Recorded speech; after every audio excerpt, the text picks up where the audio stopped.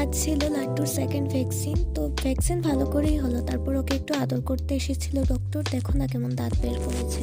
ওর একটু ওয়েটটা দেখা হলো, একটু বেড়েছে, আগে ছিল 5 এখন 8 হয়েছে। তো ডক্টরকে বললাম ও অনেক দিন থেকেই খেতে পারছে না, দাঁতে ব্যথা নাকি, তো ওই জন্য মলম আর ওষুধ একটু লিখে দিল।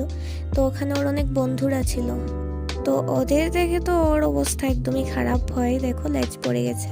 যাই হোক, মার দিদির সাথে টাউনের মধ্যে থেকে আমি একদম লেজ নাড়িয়ে নাড়িয়ে চললাম ইঞ্জেকশন দিতে। এটা হচ্ছে 15 দিনের পর। অটো চলে এলো আর এখানে আমি দাঁড়িয়ে দাঁড়িয়ে বসে বসে অনেক রকম করেই গেছি। তোমরা তো দেখতেই পাচ্ছ আমি কেমন করে যাচ্ছি, কি আরাম করে। অর্ধেকটা দাঁড়িয়ে অর্ধেকটা বসে, আবার ঠান্ডাও লেগে যায়। মায়ের কাছে চাদরের নিচে বসে যাচ্ছি, দিদির পায়ে দুটো পা তুলে যাচ্ছি। কত আরাম ভাই, সবাই তো অনেক আদর করে না। ফেরার পথে আবার নিজের পায়ে দাঁড়িয়ে যেতে হবে সবটা দেখে দেখে, তাই উনি নিজেই দাঁড়িয়ে সবটা দেখে যাচ্ছেন।